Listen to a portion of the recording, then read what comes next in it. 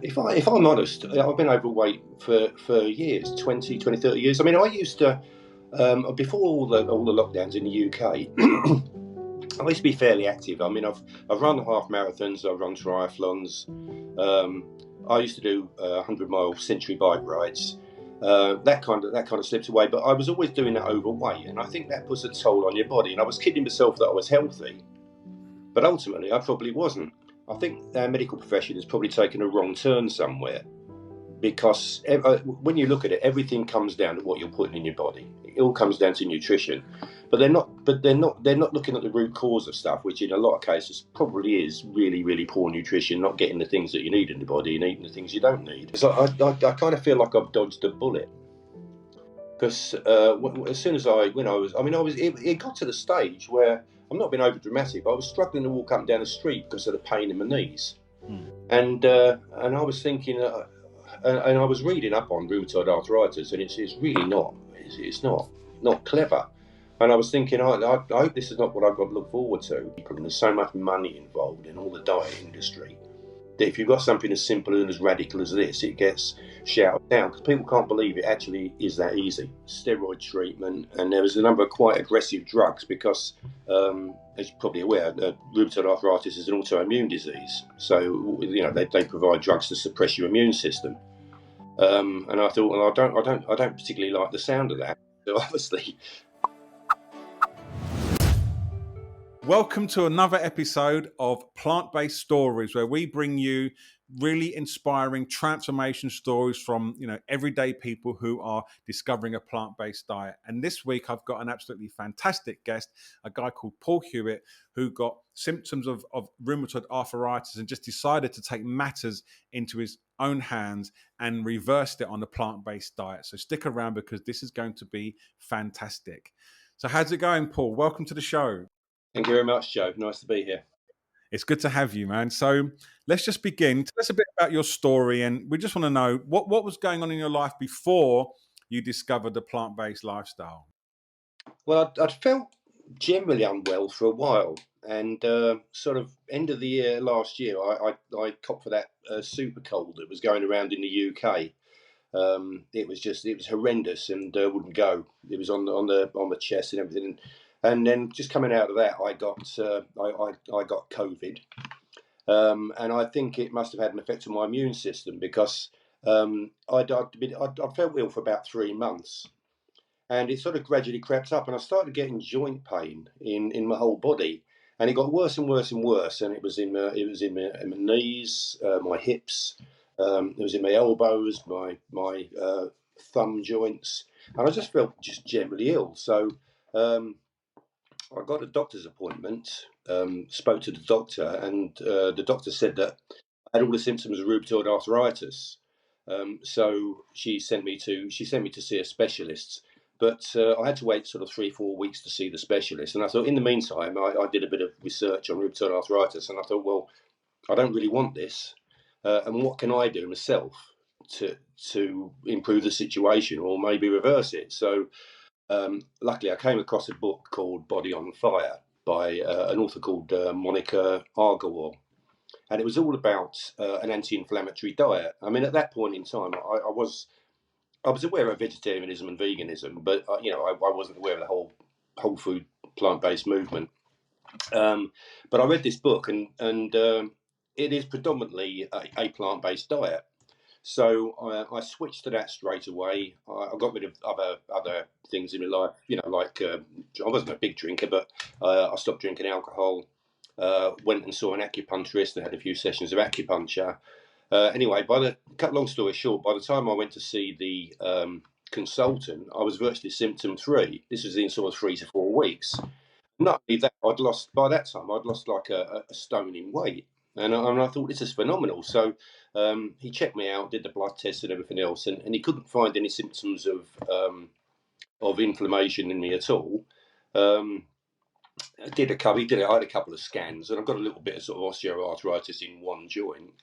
But I said, well, what can I do? He said, I can't tell you to do anything other than what you've been doing. It's obviously working. He said I would stick with it, and so I did. And I thought, well, a lot of the problems probably were because I was carrying a fair bit too much weight. Um, so I suppose I started probably the beginning of April. It's now what, October, and so far I've lost 56 pounds. And I feel like a different person. I don't recognise myself. You know, I'll be walking down the street and I'll catch myself in the a shop window or something. I'll think because it doesn't look like me. It's amazing. But I feel, What was you eating before? well, I mean, I was relatively healthy because November last year I got an allotment, which is just in the UK. So it's a plot of land where you can sort of grow your own stuff. I've never done anything like it before. So this has all been like a happy confluence of circumstances. So I was eating that, but I was eating just a lot of rubbish, if I'm honest. You know, I was eating sugar, I was eating meat and fatty stuff. And I think I was kidding myself because I was kidding myself that I had a fairly healthy diet, yet I was still carrying an awful lot of weight.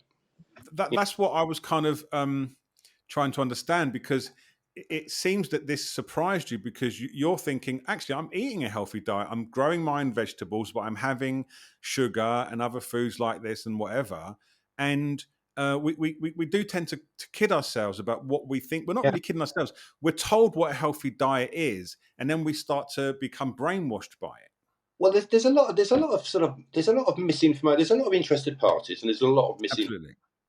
And for years, we've been told that carbohydrates are the enemy.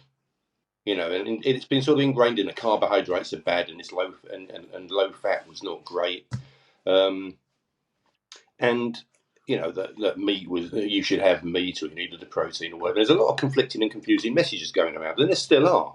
But I kind of sat back and I read what sparked me was this book about, you know, reducing inflammation in the body, and it made sense to me that things like meat, things like dairy. I mean, I used to eat a lot of dairy products. You know, I was, you know, drink milk, cheese, um, and it made sense to me that if you cut all of that manufactured stuff and all the well, it's become trendy now to call it ultra processed food, but basically manufactured food, I don't think it can be doing anybody much good.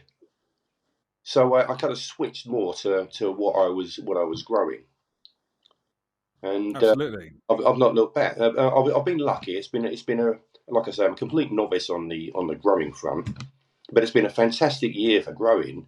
And it seems like I just have to throw something at the ground and it comes up, and I've got vegetables. You know, it's just Right.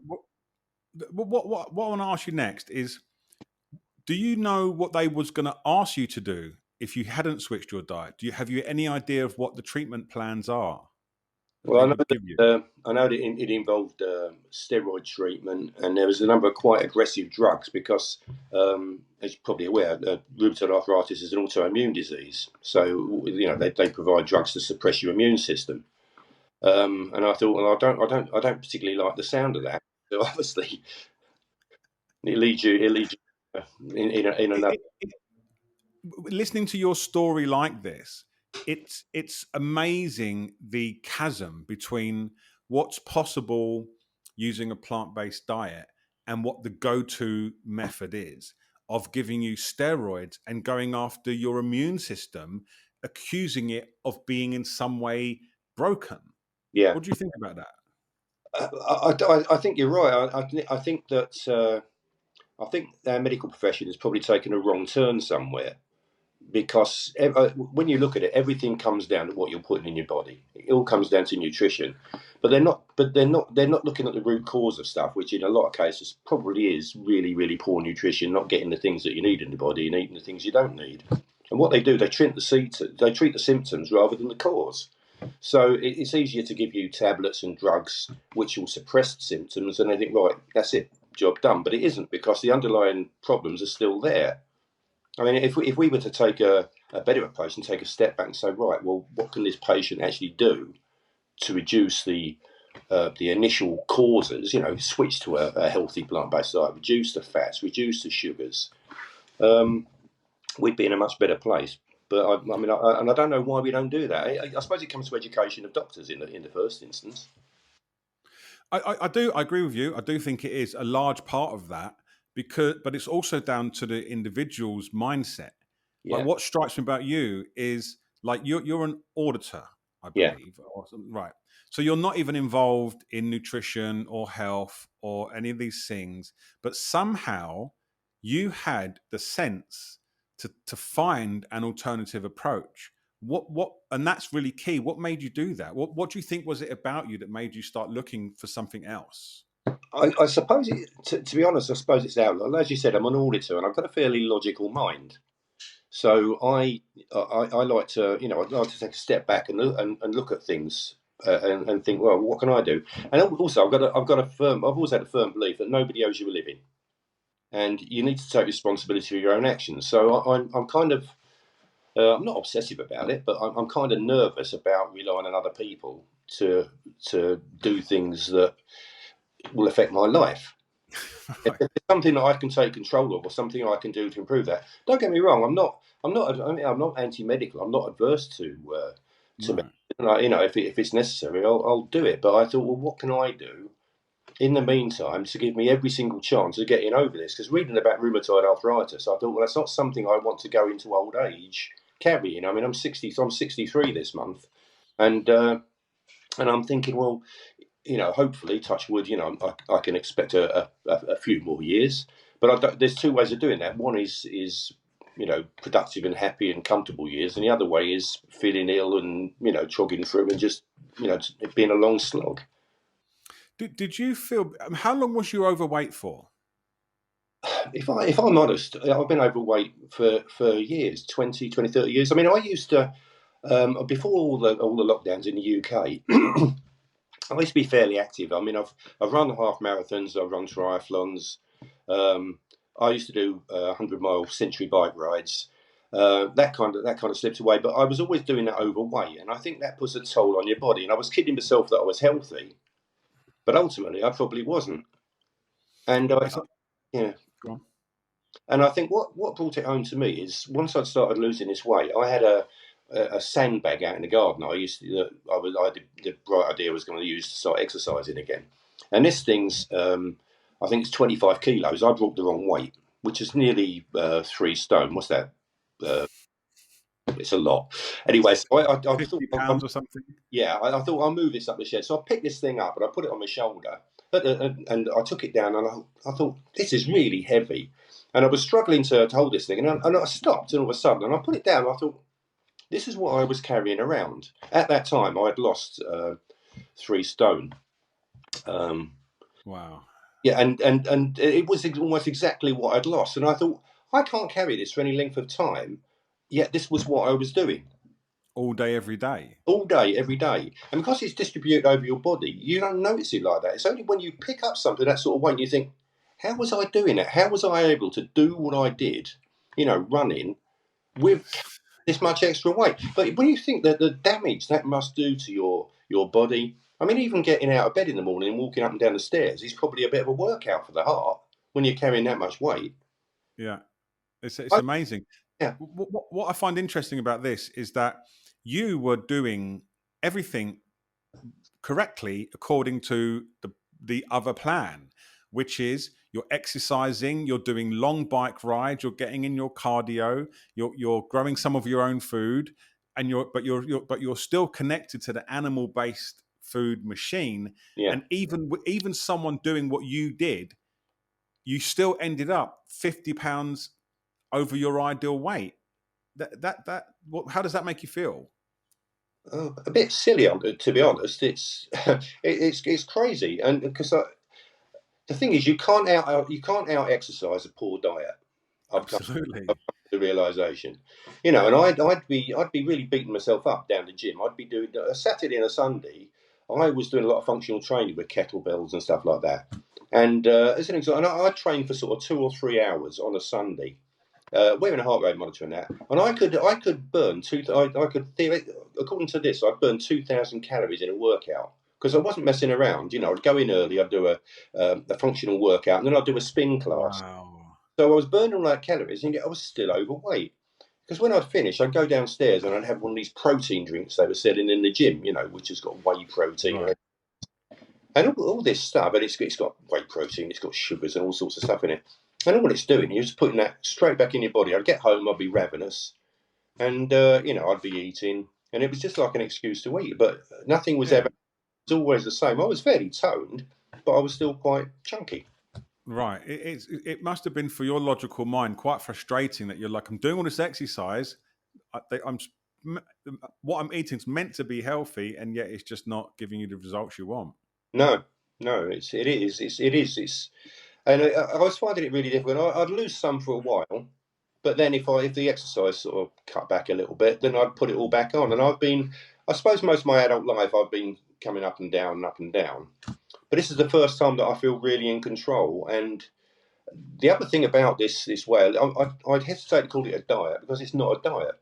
It's a life, it's a complete lifestyle change. Right. But the thing with this is that I don't ever really feel hungry, and It's amazing. I don't feel like I'm being deprived because I'm eating foods that I love.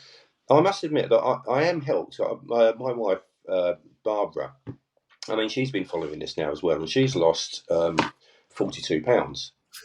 But but Great. she's also she's a great cook.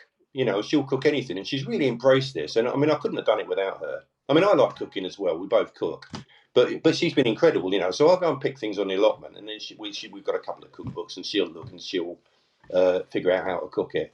And I look forward to every meal. You know, Well, and I've seen some of the food pictures that you sent me, and I was like, I want some of that. They look it's really you know, good. but it's not even really a chore because and it doesn't have to be really overly complicated. You know, even a simple dish of just your own boiled potatoes with some stir fried cavolo nero, black kale, and a couple of other vegetables. Mm. And I'm one for chili sauce. I do like a bit of chili sauce. You know, you can just make a very simple meal of vegetables that fills you up, and it's delicious. Mm. So one of the things that I noticed about your story is that what you say is that it was very easy. Can you talk a little bit about that? Yes, I mean, as I say, once I decided that I needed to take things into my own hands and do this, I wasn't consciously trying to lose weight initially.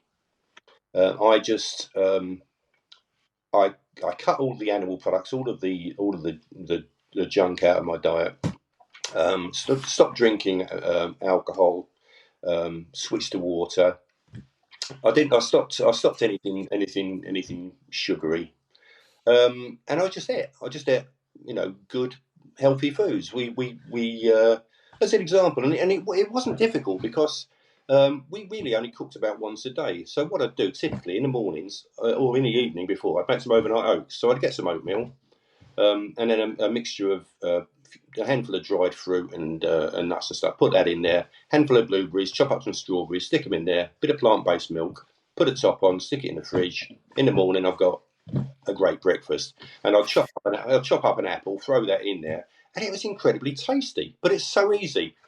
And then typically we'd only really cook once a day. We'd cook a meal and enough for lunch. So I'd take the leftovers from the previous night's meal to work. Mm. You know, we started using a fair amount of pulses. So I'd take that to work, and it was delicious. And I'd come home, and Barbara would do another. She'd have another great meal waiting for me when I got home. Right. So you've got your breakfast, which you just described, and then you've got leftovers from the night before for your lunch you take to work. Yeah, And then when you come home, you do another meal. That's quite a nice system. what it means effectively is you're only really cooking, you know, one meal a day. Because I think a lot of the hang up people have with the whole food plant based diet or vegan food or whatever you want to call it is that it's really complicated. But it isn't. It's plants. You know. Um, it really you can make it complicated. I mean, there's some fabulous books out there. There really are. I mean, the Forks Over Knives books are quite good. There's another one. A most fantastic piece of equipment is something called an instant pot, and it's like an electric pressure cooker, and it's just brilliant. And I've got a cookery book for that, and you can basically just slam a load of stuff in it, stick it on for 10, 20 minutes, and you've got a great meal. Great meal. It takes no cooking skills. It's just fabulous. If you can read a recipe, you can use this thing. Right, well, that's what I mean about easy. You don't have to make it complicated. I love your enthusiasm, mate. It's really fantastic. So, um, do you think? See, so this is what I'm curious about. Some people who go onto a plant-based diet, like in my case, we did find it a bit more difficult because there was metabolism issues that came to light. But Yeah, I almost feel like maybe a lot of your exercise that you was doing helped you maintain your metabolism. So when you put the right fuel in, it just went yeah, boom, and the weight just evaporated. yeah. I mean, I stopped. I don't exercise anywhere near that now because I overdid it. You know what I described to you about those sessions on a Saturday and Sunday. I mean, I was training like a 30-year-old, and I was Right. Yeah. or a 60 at the time, Yeah. and it didn't do many. I'm probably lucky I didn't kill myself because Oh, training that hard is ridiculous, particularly as you get older. yeah. And I scared myself, and I was getting palpitations or whatever. So I kind of stopped, and then the lockdown started and everything else, and I got out of the habit of exercising, and the weight came up and on. And basically, all I do at the moment, I do something called qigong twice a day, which is like Tai Chi. You know, it's like Chinese yoga, and it's a combination of moving, breathing, and intention. And I've been doing that for just over 3 years now. I do it twice a day, and it grounds me, and I feel I just feel really great with it. So I don't really do a massive amount of exercise now because that you're not gonna burn calories with qigong. Right. Um, do any of your mates at work have curiosities about how you've eaten and what you've done? Yeah, I mean you do get because I mean it's seen as this has been since April. It's been a bit of a radical change, and you tend to see people all the time you haven't seen for a while, and they go the biggest thing you get is you've lost a lot of weight. Was it deliberate? Because people are sort of like when they see the weight loss that quick and that sort of dramatic, people are a bit reluctant to ask just in case it's something more sinister. Uh, Wow, that they go to that. That's how rare they find this. That they immediately go to something negative. and the other thing you get now is, well, you don't lose any more. You'll look drawn, or don't you miss it? That's the other thing is don't you miss a burger or something like that? And I say no, because no burger tastes as good as this feels. Right. You know. And do you? What about socially when you go out? Are you working with that, or how do you handle the social aspects of it? It's strange because I mean I grew up in Essex, and to be honest, having a good time was synonymous with having a lot of drink. Absolutely, I know the area. Where did you grow up? In Romford. Oh yeah, yeah, I know Romford. I went to college out there. I think Havering Technical College, right? Yeah, funny enough, I went there as well. I know that's crazy. I'm a bit So old, but we probably yeah, would. you were probably there before me, but maybe not so much. But let's see. When you were socialising in your area, obviously going out was still a thing. Tell Yeah. us about that. It was always around alcohol, so it was always about getting a lot of drink on board and to feel good, and you kind of equate that to having a good time. And when I've stopped in the past and tried to lose weight and stop drinking, I always felt like I was being denied, and it was I always felt fairly uncomfortable, with a lot of other people who are drinking and having a good time, and I'm sitting there drinking diet soda or whatever. But it's weird. It's almost as though somebody's flicked a switch. And I went to a family event a couple of weeks ago, and I was just drinking sparkling water, really, and I had a cup of tea. But I felt so good that I was involved with everything, and I didn't. It's funny. I didn't feel denied. That's the whole strange thing about this time round. I never feel like I've been denied anything because I'm just enjoying it so much. I don't Do feel. you, how much of that do you think is attributed to the ending of the pain, of the body pain? I think it's a big thing because I kind of feel like I've dodged a bullet because as soon as when I was I mean I was it got to the stage where I'm not being over dramatic, but I was struggling to walk up and down the street because of the pain in my knees, Hmm. and I was thinking, and I was reading up on rheumatoid arthritis, and it's really not clever, and I was thinking, I hope this is not what I've got to look forward to, but managing to sort of reverse that or turn that back has given me kind of a new lease. So I'm just kind of grateful I've had the opportunity and I've decided Absolutely. to go this.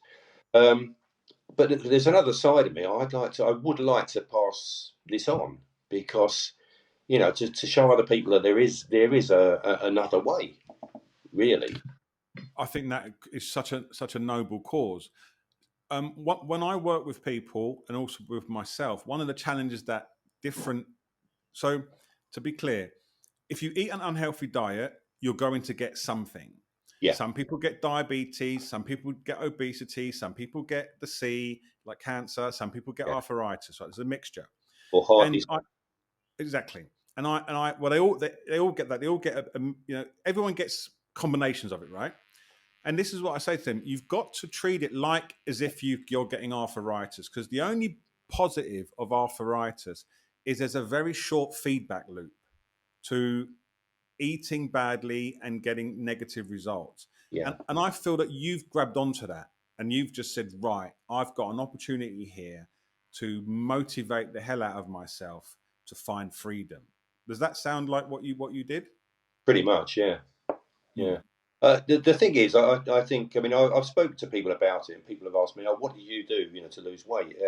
How do I do this?" And you tell people, but you can see the shutters come down a little bit because people aren't always willing to commit to that change. And I think to do this, you've got to really want to do it. You've got to be in the right mindset. Yeah. As soon as your mind's in the right place, you can do anything. Hmm. But until you get there, you sort of be skirting around with it. And I have to be a little bit careful because, as you can probably tell, I'm really keen on this, but I don't want to start sounding preachy, and sound like I'm getting on at people because Well, again, shutters come down and you just become a bore. I met someone once who had a good solution that I really liked about this. I think it might have been Doug Graham, actually, the 80-10-10 guy. He said something like, when people ask me, how did you do it or what did you do? He recommends you say, you won't want to know. And they go and tell us. It's like, well, you're not going to do it. And he says that primes them to like being a bit more receptive. But you're right. I can imagine for you when you tell them what you did, they go and they just switch off. Yeah, I stopped going into detail. I just say to people, eat plants, move more. It's that simple, and it I really is. really like your simplicity, mate. You've said like 3 slogans. You've said 3 T-shirts in this call. They're so simple. But it is. It's eat plants and move more. Because the only thing that I did, I just started walking more. So I take the dog out twice a day, and at lunchtime I'll go for a walk. So I try to get about 12,000 steps a day, It's fantastic. and I think that's useful. At a good pace. I try and rope people in from the office. When I'm in the office, I rope people in, and they'll go for a walk with me. Right. Reluctantly. And what kind of food are you growing in your allotment now? Like, Well, at the moment, I grow too much, to be honest, because there's the two of us and we've got lots of food, so I do give some away to friends. But at the moment, I've got cabbages in, I've got beetroot, I've got loads of chard, which I love. I've got Cavolo Nero, I've got spring onions, got some salad stuff, that's um, amazing. spinach. Oh, in the greenhouse, I've got peppers at the moment, and lots of aubergines. Tomatoes are finished, so I've just planted a load of sort of winter greens like Mizuna, Bubuma, all Yeah. the Chinese vegetables. How does it feel to be growing your own medicine? Because what I'm picturing is you're walking around, you're physically in your allotment, and the pain's gone, so you can now grow the food that's making the pain go away. It's I can't describe it. I mean, if somebody had told me even a year ago that I'd be getting so much pleasure from working a lot from gardening and from growing things, I'd have said no. I'd have said I'd say, get lost. No, that's not me. I'm not that person. But it's uh, it's weird how that came about because I didn't intend to get an allotment this soon. I mean, what had happened? There's in my village is that there's a bloke who. In his front garden, he put few old doors up, and he made a few raised beds, and he started growing his own vegetables in his front garden, which is fairly unusual in the UK because most people have a few flowers and they stick their car on it. And I got talking to this guy. This is Well, I think this was about a year, 18 months ago, and I'd said that I'm quite interested in doing this, and I asked him if he could build me a couple of raised beds out the front of my house. So he put three, and I made them look nice, so I didn't upset the neighbours. And so I grew a few things, I grew some courgettes and stuff, which were fairly easy. Um, and I found that I quite enjoyed it. It was fun, and we don't get a lot out of them, but they were good. So I thought I'll put my name down for an allotment with the idea there's usually, I thought, a 3 to 5 year wait, and I thought it'll take a while. And by the time I retire, I'll be able to get this allotment. But what happened? It came up within about 3 months. So then I'm sort of panicking and thinking, well, what am I going to do? How am I going to do this? So again, I did a bit of research and found all about the no dig method and raised beds and everything to minimise the amount of time that I have to spend. So I tried to make it as easy as possible, but it just became not an obsession, but it just became sort of my main hobby. But I just love it, and it's just so peaceful down there. So it seems like what you stepped into this, and things start to happen for you. You create the Yeah, opportunity by standing up and saying, "Hey, this is what I want to do." yeah. It was like I say, it was a confluence of circumstances. I suppose this sort of thing's always been within me. I've always been interested in food and exercise and diet, so I've always had an interest, and I read a lot. So it's just a question of putting things into practice. I'm inquisitive. I think it is what it is. So the next thing I want to talk about is something that I find really interesting about your story. Is at no point have you spoken about cravings for other foods. Did they just evaporate, or did you just how do you manage, or did you eliminate cravings? Well, the strange thing is that I don't actually get any. That's amazing. I've always been a bit on the greedy side, I suppose. I suppose, and but this way of eating, I can eat loads, and I don't, I don't put on weight. I mean, I suppose you have to be careful with certain things. Initially, I was a bit heavy on the olive oil, and then Right. after I started researching and learning a little bit more about it, I realised that actually there's a lot of calories. And as soon as I found out about the concept of calorie density of food, was a bit of an eye opener for me. So the lower the calorie density of food, the more of it you can eat. So eating Amazing. vegetables, and if you make them tasty, it's great. You don't have to put oil in to make them tasty. Right. There's a load of other things. Use herbs and spices. Um, And in the UK, you've got no excuse for not having tasty food, because we've got a large Indian population that bring their cuisine in, and there's loads of cookery books and things, and there's loads of spices and foods Right. available. And Yeah. if you've got a bit of imagination and you can read a cookery book, you can just produce tasty meals. And like I say, I'm spoiled because my wife's great. She's such a great cook. That's amazing. So, when you was eating your diet before, the old diet, did you get cravings for those foods, for junky foods, and then go and eat them? Yeah, Okay, yeah. so And go on. I was constantly grazing as well. And I think a lot of this comes down to that whole blood sugar spiking thing.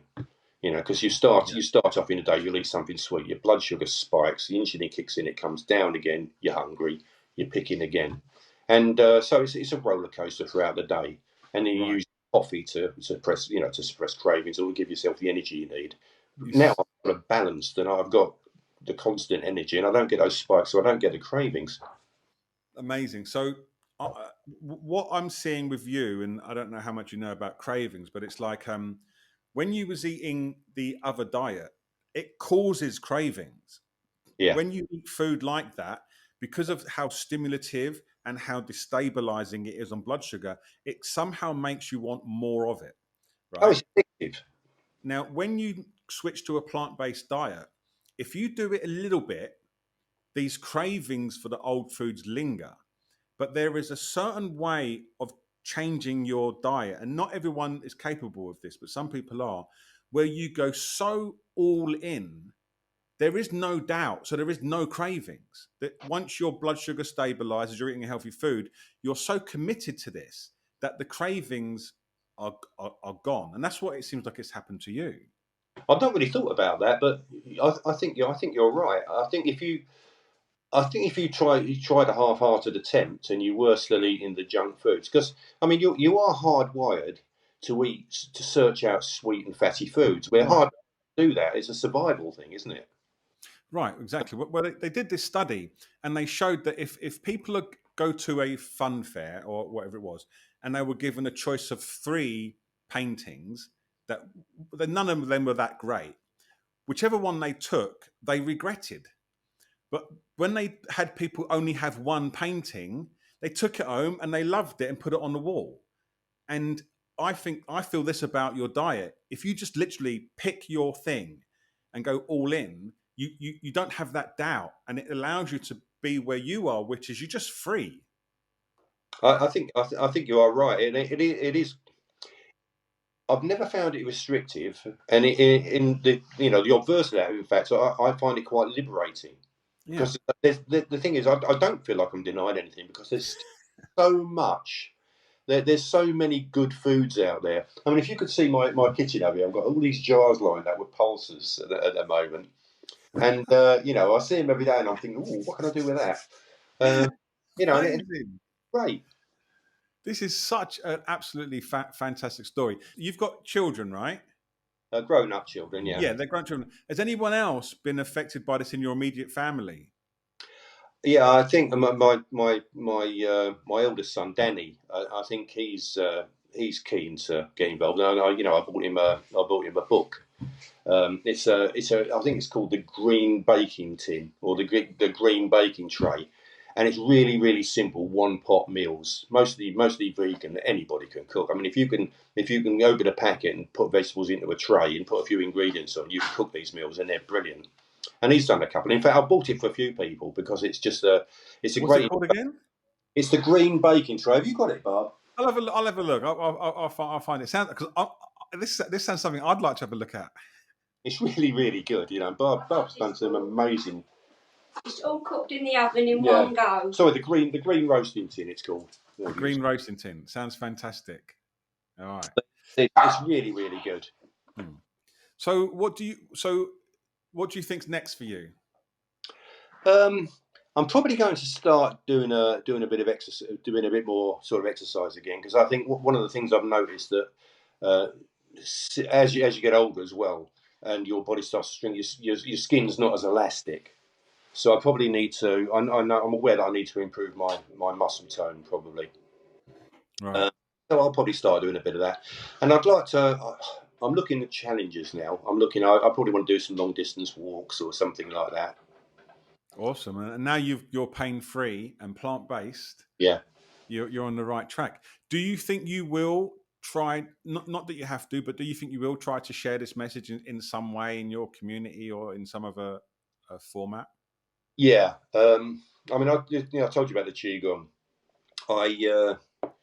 I started because I enjoyed that so much. I did some courses, and now I teach. I teach one class a week on a Friday. But I would like to learn a bit more about the whole food plant based way of cooking, more about the formal nutrition side of it, and I would a way of passing this on.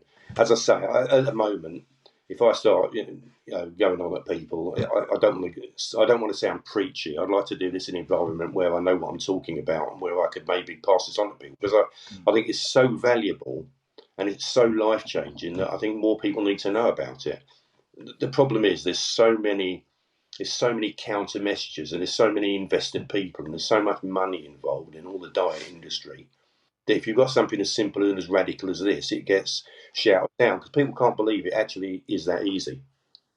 Well, it's amazing because the nutrition is so it's such an interesting side of things. I think it's much more complicated or complex than we still appreciate. I mean, I've been reading stuff about the gut biome and everything else, and the way it manufactures chemicals and nutrients that your body needs, from what you eat.